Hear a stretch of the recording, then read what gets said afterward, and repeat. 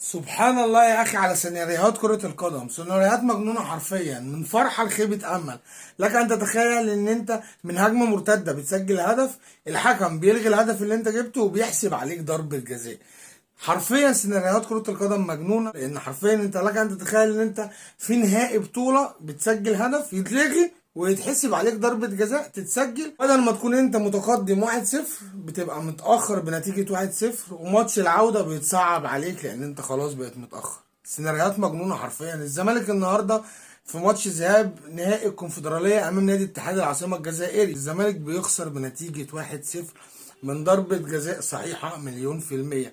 لكن انت تخيل ان الزمالك كان من هجمة مرتدة خوان بيزيرا البديل قدر يسجل هدف، ولكن الحكم بعد الرجوع للفار بيلغي الهدف وبيحسب ضربة جزاء على حسام عبد المجيد علشان اتحاد العاصمة الجزائري يسجل. خلص المباراة بنتيجة 1-0 عشان يكون النهاردة المشهد تحت عنوان من فرحة إلى خيبة أمل حرفيا. زود التيم بقى العزيز مشجع الكرة الجميل إن بنتايج اتطرد، فانت في عز ما انت بتلصم الفريق وفي عز ما كابتن معتمد جمال بيجيب حته من الشرق وحته من الغرب علشان يعمل فريق يقدر ينافس بيه، عمود اساسي عندك في الفرقه زي بنتايج بيطرد وهتخسره في مباراه العوده في القاهره، فهيكون صعب جدا على نادي الزمالك في مباراه العوده.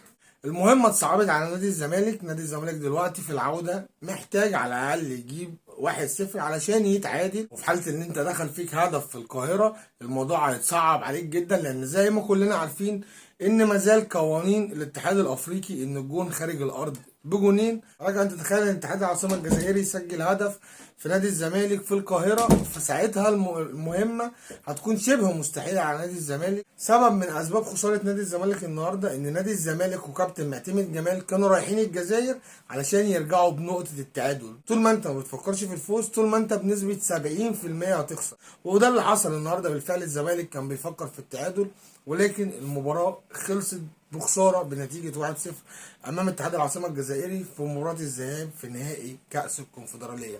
هل نادي الزمالك هيقدر يعوض خسارته بنتيجه 1-0 في مباراه العوده على القاهره ويحقق الكونفدراليه وياخد ال4 مليون دولار ويحل مشاكله الماديه ويحل الازمات اللي عنده من 16 قضيه ايقاف قيد؟ ده اللي هنشوفه مع بعض يوم السبت الجاي.